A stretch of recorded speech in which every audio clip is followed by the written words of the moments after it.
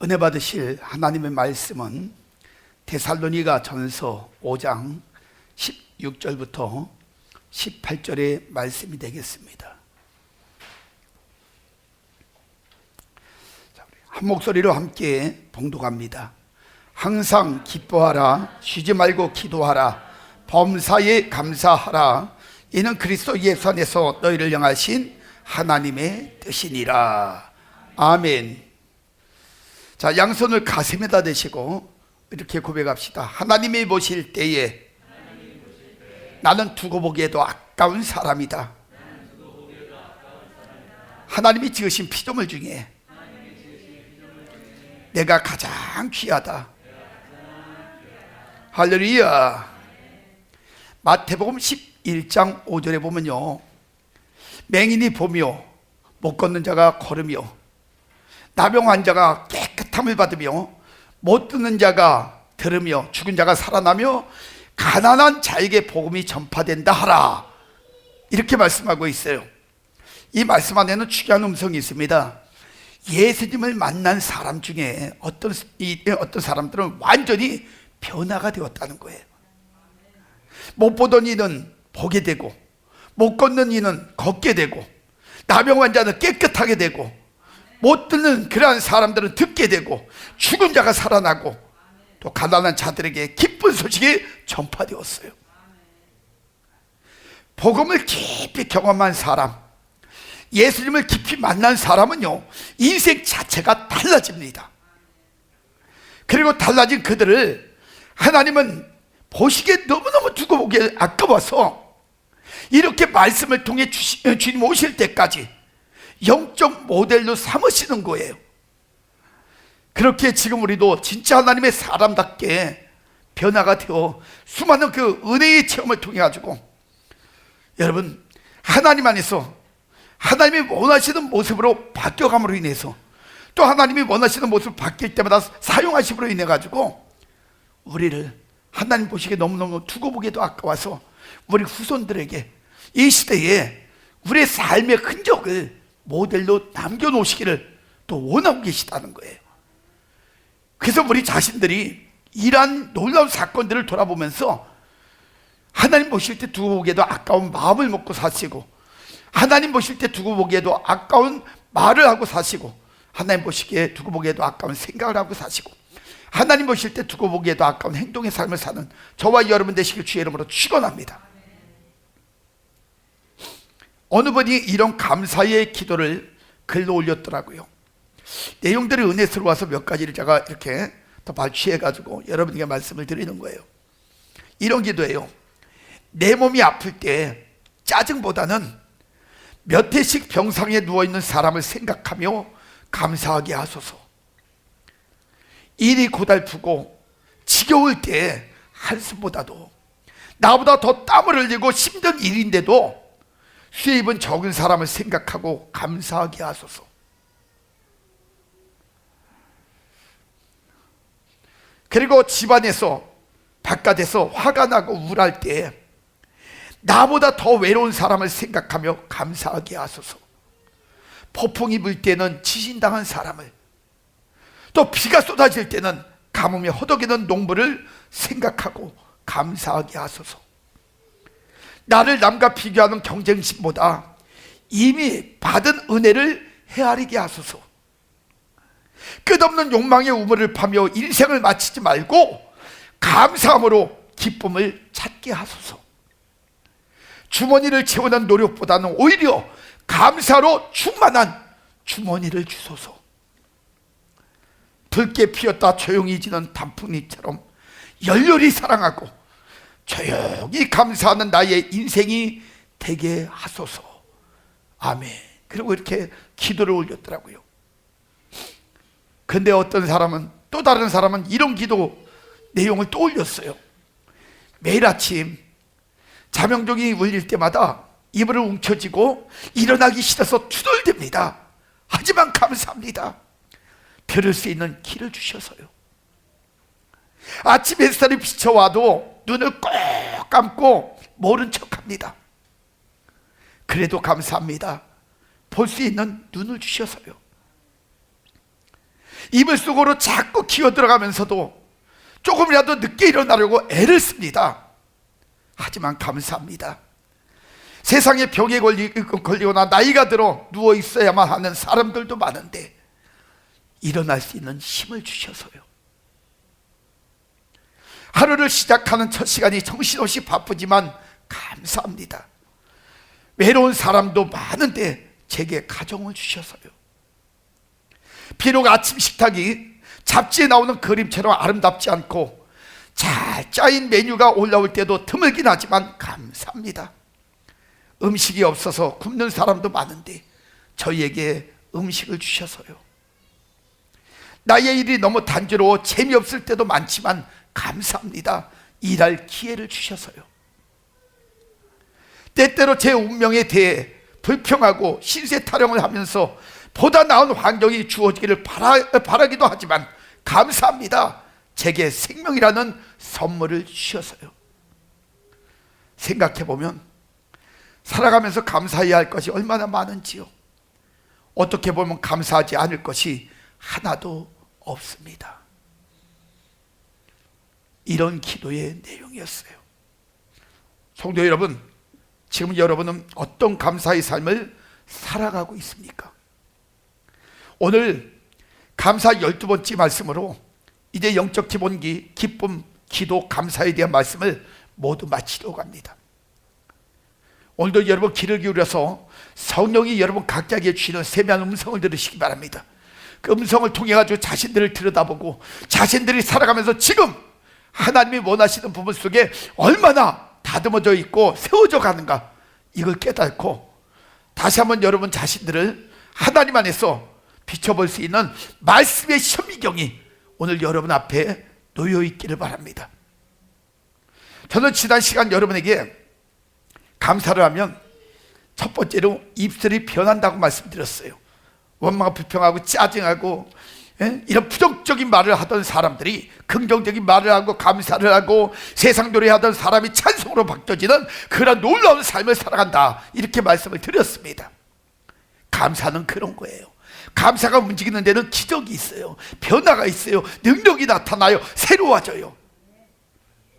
그리고 두 번째는요, 감사하는 자는 무엇이든지 아끼지 않는 삶을 산다고 말씀을 드렸어요. 시간도 물질도 재능도, 왜냐? 자신이 하나님의 종됨을 알기 때문이다. 그래서 그 종은 시간이 자기 것이 아니고 물질이 자기 것이 아니고 가족도 자기 것이 아니고 목숨도 자기 것이 아니라고 말씀드렸어요. 주인 것이죠. 그렇기 때문에 주인을 위해서는 아낌없이 모든 것들을 다 드리는 삶. 그래서 주인이 네 목숨을 어려운 사람들을 위해서 희생하며 드려라, 그러면 드려야 되고, 물질도 수많은 고난 가운데 있는 사람들에게 베풀어라, 아낌없이 베풀어야 되는 것이고, 그래서 그러한 삶을 사는 것이 감사를 깨닫고 사는 사람들의 모습이다 라고 말씀을 드렸어요. 오늘은 여러분들에게 세 번째로, 감사하는 사람들은요 직분과 사명을 깨닫는 사람이 돼요. 직분과 사명을 깨닫는 사람. 디모데전서 1장 12절은 말씀합니다. 주께 내가 감사함은 나를 충성되이 여겨 내게 직분을 맡기심이니, 이렇게 말씀하고 있어요. 왜 감사한다고요? 직분을 맡겨주셨기 때문에. 이걸 깨닫는 거예요. 직분이 얼마나 감사하고 좋은 건지를 알게 됐다는 거예요. 전라도 산골에 나완자촌이 있습니다. 아주 오래됐죠. 제가 한 30년 넘었네요. 30여 년 전에 그 간증을 하나 들었습니다. 그 나완자촌에서 목회하시는 김효성 목사님 간증을 들었는데, 그분 간증이 지금도 늘 마음속에 남아있어요. 그렇게 오래됐는데. 왜냐하면 너무나 감동적이었고, 그분의 간증이 정말 목회자는 이렇게 살아야 되는구나, 이런 걸 제가 느꼈고, 성도들은 이런 모습이 되면은 정말 아름답겠구나, 이런 걸 제가 거기서 그 간증을 통해서 깨달았어요. 거기는 다 나완자들이에요. 그러니까 언제 인생이 끝날는지 몰라요. 온몸이 썩어 들어가요. 그래서 죽어가는 사람들이에요. 그러니까 그 마을에서 전부 그런 사람만 사는 거예요. 거기 목사님이 들어가셨어요. 그래가지고 이제 거기서 목회를 하면서 때로는 그 성도들하고 산골이니까 거기서 뭐 농사도 짓고 밭도 이렇게 갈고 이러면서 생활하는데 한 번은 밭이 넓어요. 산골 그 안에. 그래가지고 거기서 산에 이제 밭에 가가지고 일을 막 합니다. 일을 막 하고 있는데 저 멀리 있는 여자 집사님이 목사님 목사님 그러고 불러요. 그래서 왜요 집사님 그랬더니 목사님 저 손가락 하나가 떨어졌어요. 왜냐하면 나환자들은요 감각이 없습니다. 썩어 들어갔는데도 손가락이 떨어져도 감각이 없어요. 손가락 하나가 떨어졌다는 거예요. 근데 그러면서 뭐라 했냐, 목사님 그래도 아직 2개가 남았어요. 이것 가지고요 손님들 오시고 그리고 교회 오시는 분들 국수 말아줄 수 있어요. 2 손가락 가지고. 왜? 사이에다 나무 끼고 말 수도 있고 할 수 있다는 거야. 그래서 아직도 2개 남아서 너무너무 감사해요. 그리고 감사하더라는 거예요. 그 고백을 하더라는 거예요. 그리고 며칠 지나가면 또 어떤 집사님이 목사님 그래요. 왜요? 그랬더니 목사님 저도 손가락 하나 떨어졌어요. 근데 아직도 3개가 남아있어요. 그래서 이것 가지고 우리가 걸레도 빨 수 있고 교회 청소도 할 수 있고 의자도 닦을 수 있어요. 아직도 남아있어서 너무너무 감사해요. 그 고백이, 그 목사님께 했던 그 집사님들의 고백이 세상에 영적으로 얼마나 예쁜지, 손가락이 떨어져도 아직 하나님의 일을 할 수 있다, 교회에서 무엇을 할 수 있다, 하나님의 영광을 위해서 내가 어떤 일을 할 수 있다라는 이 고백이 얼마나 아름다운지, 여러분 이게 직분받은 사람들의 모습이 아닐까요? 오늘 여러분들은 손가락 10개 다 있어요. 코가 떨어지고 눈이 빠지고 이런 거 없어요. 어디 썩어서 떨어지고 이런 게 없어요. 근데 우리는 뭐죠? 이 멀쩡한 손을 가지고, 멀쩡한 건강을 가지고 우리는 어떻게 살아가고 있죠? 하나님 영광을 위해서 씁니까? 여러분 한번 돌아보세요. 그들은 남은 손가락 가지고 정말 하나님 안에서, 교회 안에서 하나님의 일을 위해서 그렇게 기뻐하면서 그것 가지고 쓸 수 있다고 그러면서 감사하는데, 오늘 여러분들은 멀쩡한 손을 가지고 엉뚱한 일을 하고 세상적으로 먹고 사느냐고, 또 세상적인 어떤 쾌락을 위해서, 만족을 위해서 거기다만 쓰는 그런 손들이 아니냐는 거예요. 한번 돌아보세요. 하나님의 사람들은요 모든 것이 다 하나님의 영광을 위해서 살아가는데 사용하는 사람들이 진짜 직분자고, 이런 사람들이 하나님의 사람들이에요. 그래서 골로새서 2장 6절로 말씀합니다. 믿음에 굳게 서서 감사함을 넘치게 하라. 믿음에 굳게 서서, 이게 중요한 거예요. 말을 바꾸면 넘치는 감사는 믿음이 없이는 할 수 없는 표현이라는 거예요. 한때 유명했던 한 자매가 있었습니다. 지금은 이제 전도자로, 찬양 사역자로 전 세계 다니면서 하나님의 일을 감당하고 있는데, 여러분도 많이 들었을 거예요. 2팔이 없고 한 다리는 거의 없다시피 하고 한 다리만 조금 멀쩡한 복음 가수 레나 마리아, 그 자매가 있습니다. 그 자매는 어렸을 때, 태어날 때부터 장애였어요. 2팔이 아예 없어요. 한 다리도 제가 보니까 이 엉덩이 쪽에서 붙어가지고 짤막한 한 다리가 있어요. 그리고 하나는 정상이에요. 어렸을 때 걷기 시작하면서부터 남들이 막 이 조그만 나무에 올라가고 그러니까 자기도 나무에 올라가겠다고 바둥바둥 되면서 나무 잡고 쫑 하려고 몸부림치다가 나가 떨어지고 몸부림치. 그런데도 그 엄마는 기도를 해요. 하나님, 우리 마리아 하나님 안에서 끝까지 도전하면서 자신이 어떤 환경 속에 있고 어떤 모습 속에 있고 이걸 깨닫고 자신이 할 수 있는 걸 찾아갈 수 있도록 하나님 붙잡아 주옵소서. 그 나무를 타다가 자꾸 떨어져 넘어져도 그냥 놔둬요. 왜? 도전을 하면서 거기서 자기 자신이 안 되는 건 안 된다는 사실을 깨닫게 하려고 절대로 부모가 말리지 않아요. 그리고 뒤에서 지켜보면서 기도만 합니다. 레나 마리아는 그런 여러 가지 과정들을 통해 가지고 자기가 무엇을 할 수 있고 무엇을 할 수 없다는 사실을 정확하게 깨닫기 시작해요. 그래서 그는 한 다리를 가지고 수영을 하기 시작합니다. 팔도 없는데 몸으로 통해 가지고 인어처럼 그냥 움직이면서, 그러고 나서는 그는 자기의 나라의 장애자 수영 대표가 돼요. 국가대표가 돼요. 그래서 메달도 땁니다.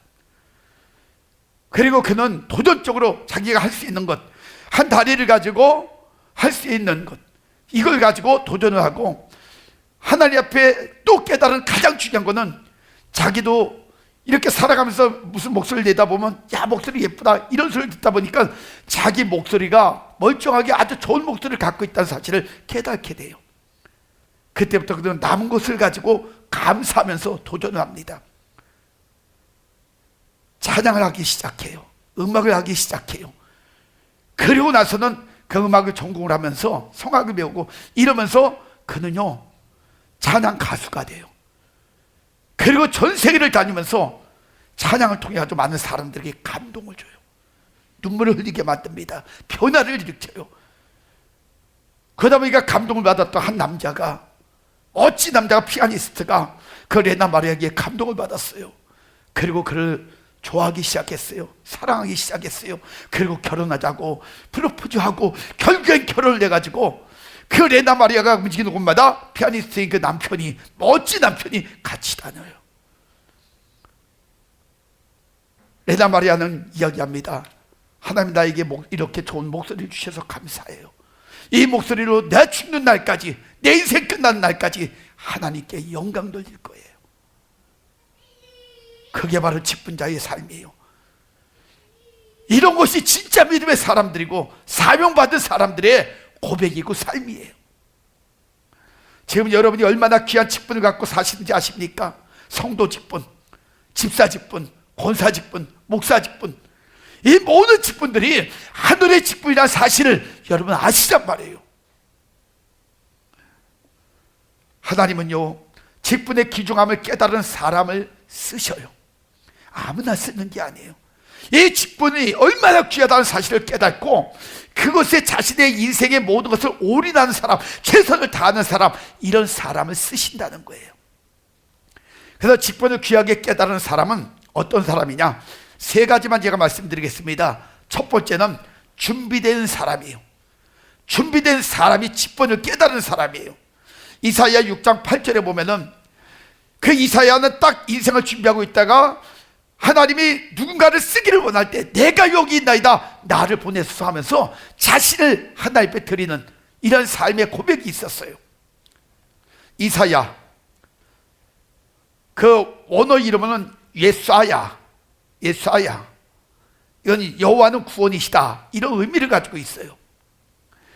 이사야는 BC 739년부터 BC 680년, 그러니까 우시야 왕 때에 소명을 받아가지고 요람 왕, 아하스 왕, 히스기야 왕, 므낫세 왕, 그러니까 무려 5 왕을 거쳐가지고 59년 동안 활동을 했던 예언자며 선지자예요. 그의 죽음은요 굉장히 참혹했습니다. 제가 그 죽음에 관한 그 내용을 보니까 진짜 참혹했어요. 왜냐하면 이방 군대를 의지하고 우상 숭배를 하는 그 므낫세가 그런 존재였었어요, 왕이. 그러니까 그 약점을 찾아가지고요 이사야는 끊임없이 그 약점에 대해서 선포를 하고 경고를 하고, 그리고 계속해서 그 약점을 지적을 해요. 회개하라고, 정신 차리라고. 그러니까 왕이 그냥 있겠어요? 왕의 미움을 받아가지고 붙잡혀가지고 감금이 됩니다. 그래서 왕이 견디다 못해 화가 나니까 저거 죽여버리라고. 사형이야. 어떻게 했는지 아십니까? 널판지 2개 넓은 데다가 그를 묶었어요. 눕혀가지고 양쪽에 다 묶어놓고는 톱으로 잘라버린 거야. 몸을 동강을 내버린 거야, 톱으로. 그래서 여러분 히브리서 11장 5절인가 보면 11장 37절에 보면 톱으로 켜는 것이라는 단어가 나와요. 그게 바로 이사야의 죽음을 가리키는 것으로 봐요. 이사야는 이사야 6장 1절부터 13절을 통해 보면요 4가지의 면모를 볼 수 있어요. 이사야는 이런 특성, 이런 모습을 가지고, 이런 마음을 가지고 그러고 살았어요. 어떤 거냐? 첫 번째는 하나님을 향한 무한한 경외와 신뢰를 가지고 있었어요. 오직 하나님이야. 하나님을 경외하는데 목숨을 걸었어요. 하나님을 신뢰했어요.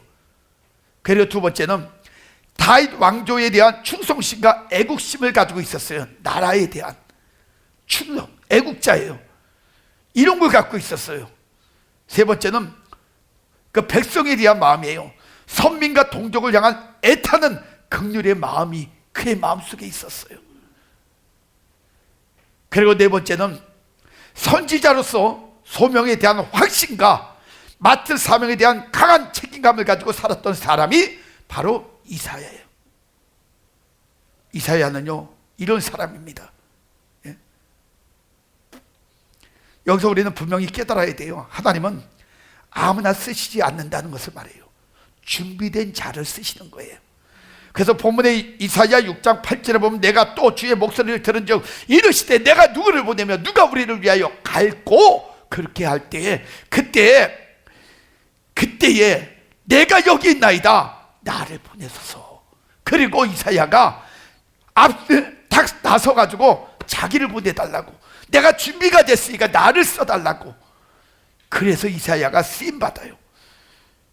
여러분, 그는요 언제든지 나갈 준비가 되어 있었어요. 근데 언제부터 준비가 됐냐? 이사야 1장 1절에 보면요, 우시야 왕 때에 우시야 왕과 또 그 우시야 왕의 말년, 그리고 뒤에 일어날 어떤 그 모든 일에 대한 환상을 보게 돼요. 그래서 환상을 통해 가지고 시대적인 영적 상태를 깨닫고 그리고 준비를 합니다. 우시야 왕은요 52년 통치를 했어요. 근데요 통치는 진짜 잘했어요. 이 52년 동안 통치를 하면서 태평성대를 이뤄놓은 거예요.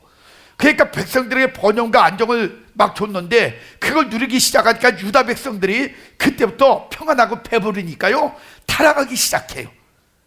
그게 참 이상하죠. 우리도 신앙생활하고 인생을 살면서 어렵고 힘들 때 그때는 뭐 하죠? 하나님께 무릎을 꿇고요 붙잡고 늘어져요. 제발 해결해달라고, 제발 살려달라고, 제발 문제를 해결해달라고. 그때 눈물 콧물 흘리면서 하나님 앞에 매달립니다. 그래서 하나님의 은혜를 베풀어 주셔가지고 모든 걸 다 해결해 주시고 평안이 넘치고 환경도 또 물질도 넘치고 막 이 모든 것이 넘치고 나면 그때부터는요 무릎이 없어졌어요. 기도가 없어져요. 눈물도 없어져요. 콧물도 없어져요.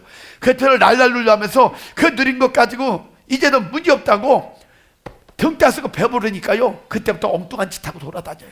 똑같아요. 지금 옛날 모습이나 지금이나 똑같아. 그들이요 그 유대인들이 교만해졌어요. 그리고 하나님을 잊어버리고요 이방인의 길을 쫓아가기 시작해요. 놀라운 사실은 세속의 삶에 빠져 타락하고 우상 숭배를 통해서 불신앙을 갖고 사는데 지도층들이 더욱 심했다는 사실이에요. 지금 정치인들처럼. 예? 옛날에 정치인들도요 나라가 어렵고 힘들 때는 이렇게까지 타락하지 않았어요. 명예 권세 부귀에 목숨을 걸고 막 별짓을 다 하고 사람들 이간질하고 싸우고 이렇게까지 안 했어요. 옛날에는요 그래도 어렵고 힘들 때는 순수하게 어떻게 하면 나라를 살릴까, 국민들을 어떻게 하면 조금이라도 좋은 환경 속에 살게 할까, 이런 생각들을 더 많이 했단 말이에요. 근데 지금 모든 것이 좋아지니까 엉망이 됐어요. 인격도 엉망, 행동도 엉망, 그죠? 그러니까 나라도 엉망이 되어 가잖아요 지금. 특히 종교 지도자들의 그 위선과 안일에 빠져가지고요 형식적인 예배가 더욱 심각해진 시대가 그때였었어요. 지금도 그렇잖아요. 얼마나 좋은 세상이에요. 마음껏 예배드리고 또 좋은 환경 속에서 막 교회들도 그냥 크게 짓고 막 대형 교회들도 짓고 막 많은 사람들이 막 모여가지고 막 행사도 하고 축제도 하고 수도 없이 너무너무 좋은 지금 시대가 됐잖아요. 그런데 이렇게 좋다 보니까 사람들이 하나님을 향한 열망보다는요 세상적인 만족, 친목회식으로 날마다 모여서 먹고 마시고 즐기고, 이 타락된 이미 구약시대에 타락해가지고 그걸로 인해가지고 심판받았던 모습들이 점점 교회 안에서도 많은 종교인들이 짙어지고 있는 거예요. 그러니까 지금 코로나다, 질병이다, 또 경제적인 정치적인 싸움에 같이 물들어가지고 기독교가 큰 위기를 겪고 있어요. 무너지고 있어요. 성도들은 흩어지고 있어요. 이런 현상이 벌어진 거예요. 이때 유다와 예루살렘의 죄악을 날카롭게 지적하면서 나아가서 그들의 죄악에 대한 하나님의 심판을 경고하고 선포했던 사람이 이사야예요. 성도 여러분, 하나님의 은혜에 감사를 아는 사람은 그래서 바른 분별력을 가지고 언제든지 하나님께 귀하게 쓰임받을 준비를 하는 사람인 줄을 믿으시기 바랍니다. 그 사람들이 저와 여러분이 되시길 주의 이름으로 축원합니다. 그 다음에 두 번째는요, 죽기를 각오한 자가 돼요. 감사하는 자는 죽기를 각오하는 자. 에스더 4장 16절에 보면 그 내용들이 나옵니다. 바벨론 포로로 잡혀갔던 에스더는요, 아수에로, 헬라어 원어로 보니까요 크세록세스 이름이 그렇게 되어 있어요. 그 왕의 이름이 아수에로가 아니고 크세록세스라는 헬라어 이름이 있더라고요. 그 왕이 재위한 지, 그러니까 정치를 시작한 지 7년 10월, 그때가 BC 479년도예요. 그때 헬라와 전쟁을 치러요. 헬라와 이제 전쟁을 치렀는데 그 전쟁이 살라미스 해전이라고 이야기합니다. 살라미스 해전인데 거기서 대패를 합니다. 그 대패를 해가지고 거기서 이제 피해가지고 자기 나라로 돌아왔어요. 많은 걸 잃어버리고. 그리고 와가지고는 너무 마음이 괴롭고 힘드니까 왕후를 통해서 위로함을 받으려고, 그래가지고 그 전에 있었던 왕후는 폐위시켜버렸어요. 문제가 있어가지고 폐위시켜버리고 왕후 없을 때 다시 왕후를 간택을 했는데 그때 뽑힌 그 왕후가 바로 에스더예요. 그러나 그때 그 나라에는 누가 있었냐면 하만 총리라는 사람이 있었어요. 그 총리는요, 아말렉의 그 어떻게 보면 왕족의 왕족. 그러니까 그 유다인들하고는 원수지가 아니에요. 근데 이 하만이라는 자가 총리잖아. 그 권세를 가지고요, 그가 움직이는 곳마다 왕처럼 대접을 받는 거야. 그가 가는 곳마다 많은 사람들이 엎드려 절하게 만들고, 그가 말하는 모든 명령 속에 굴복시키고 그러면서 정치를 하고 있을 때 모르드게라는, 그러게 에스더의 사촌 오빠입니다. 이 모르드게하고 유다 민족 일부군은요, 그 사람 앞에 절대로 절하거나 굴복하지 않아요. 왜? 이방 신상을 섬기고 우상을 섬기고 이방족 속이고 왜 우리가 그 앞에 굴복해야 되냐? 그래서 신앙의 절개를 지켜요. 그런데 그게 꼴보기 싫은 거야. 하만은 그걸 보고 나서는, 야, 저게 나한테 반항을 해? 저들이 나에게 거부를 해? 그래, 그러면 난 너희 족속을 다 몰살시켜버리겠다고. 그래가지고 그 유다인들을 다 죽일 계획을 세워놓고요, 왕에게 허락을 받습니다. 그래서 날짜를 정해놔요. 어느 날 다 죽여버리자.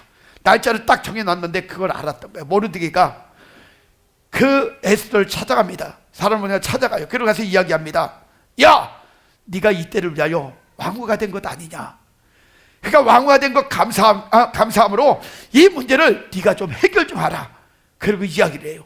그때 에스더가요, 좋다고, 내가 해결하겠다고, 나를 위해서 모두가 금식하고 매달려, 나도 그렇게 하고 내가 죽으면 죽으라고 가서 단판을 짓겠다고.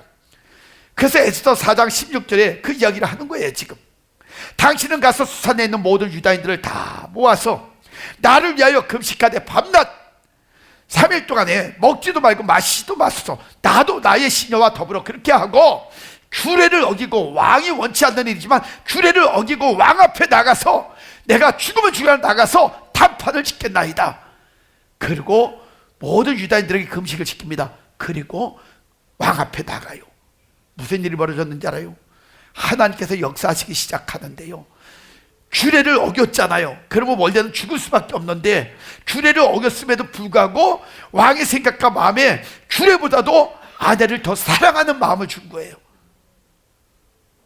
그래서 그 아내에게 무엇을 원하느냐, 네가 소원하는 거예요.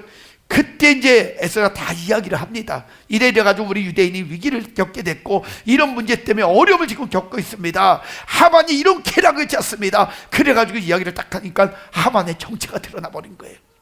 왕이 그냥 뒀겠어요? 에스더를 축복하고 에스더에게 줄 거 주고요, 하만을 대신 모르드게를 잡아 죽이려고 그 장대에다가요 목을 매달리고 줄을 매놨었어요. 거기에 하만의 목이 매달려 버린 거예요. 그리고 역전을 시켜주셨어요.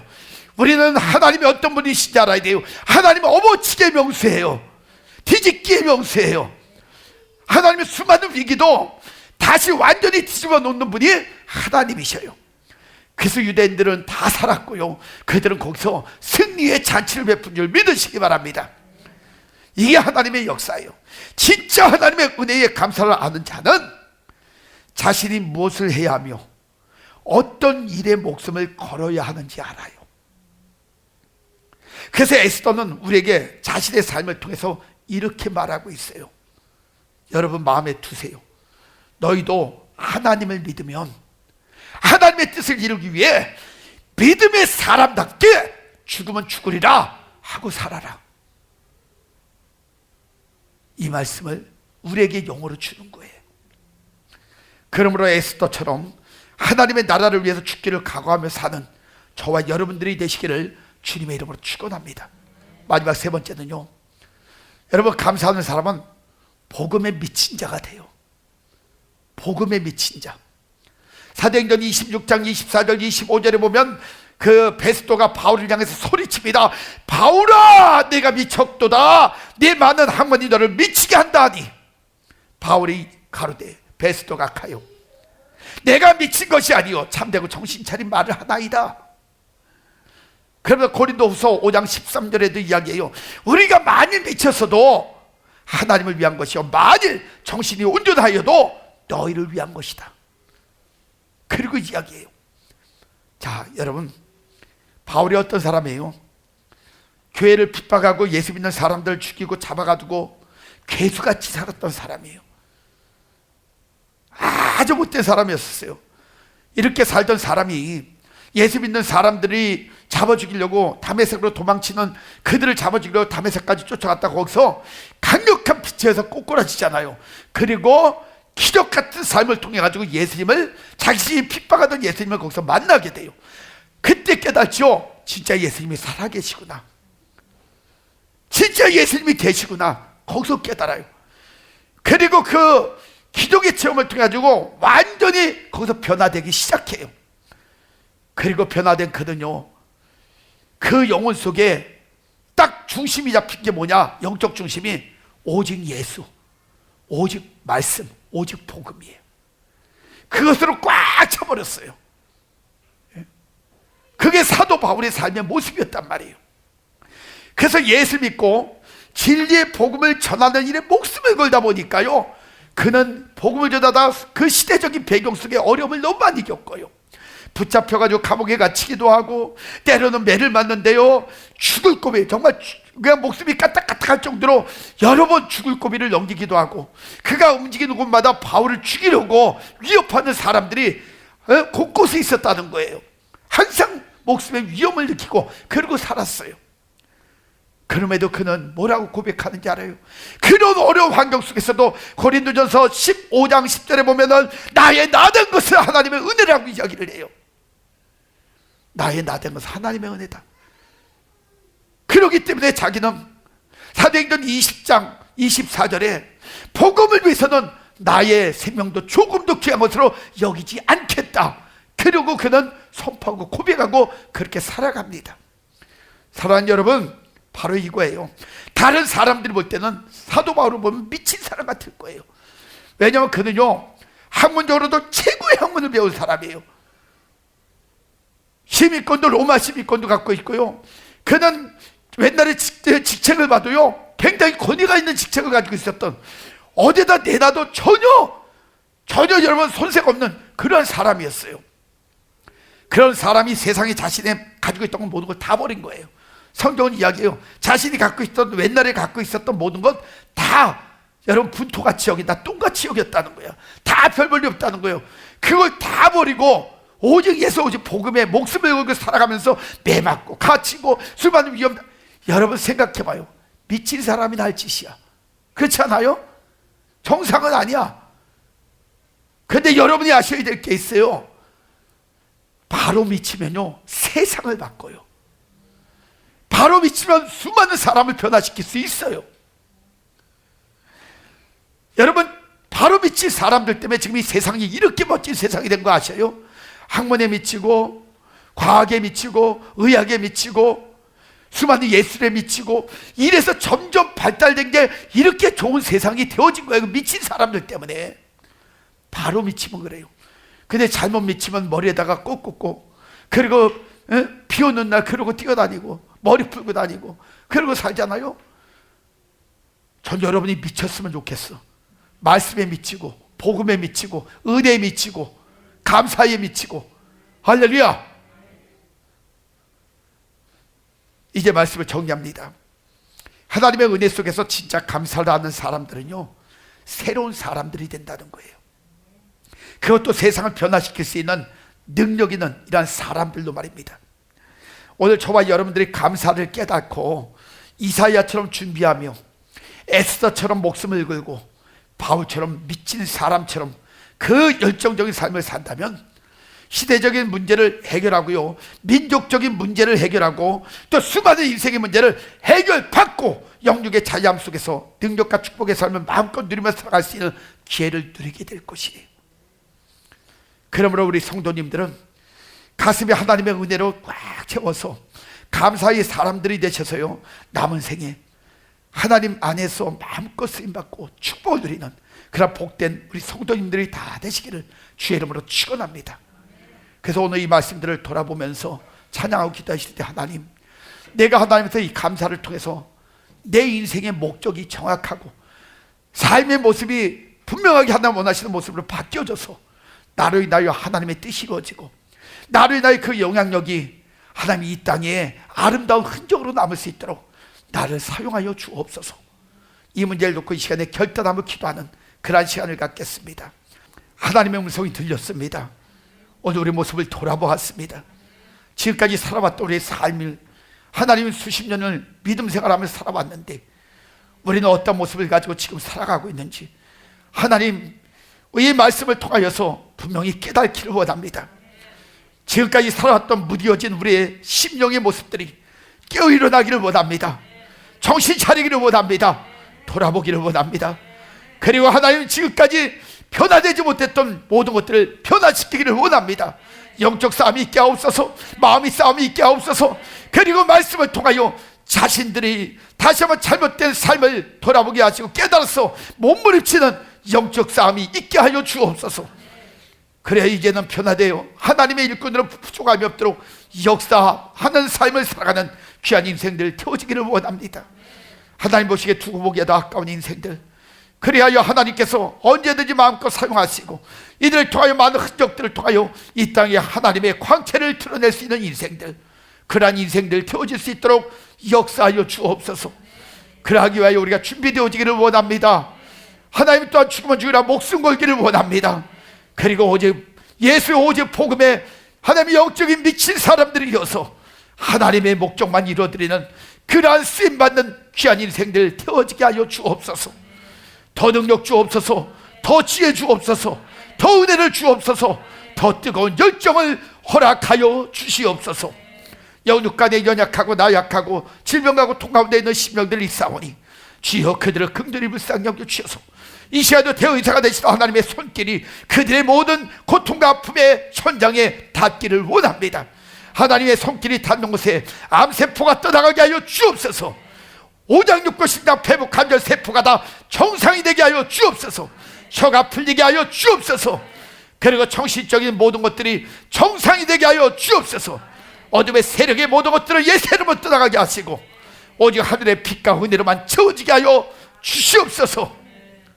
지금은 우리 구주 예수 그리스도의 은혜와 하나님의 그 크시고 만극하신 사랑하심과 성령님의 감화 감동 내주 역사 충만하시고 은혜가 오늘 여전히 함께 하시다 하나님, 우리를 통하여 영광 받으시기를 원하시다 하나님, 그걸 깨닫고 무릎을 꿇고 그렇게 살아가기를 원하는 우리 성도님들 머리 위에 그들의 가정, 건강, 계획, 모든 생업 위에 영풍월도 교회와 이 나라의 민족 전 세계 머리 위에 지금부터 영원까지 하나님의 축복이 함께 계실지어다.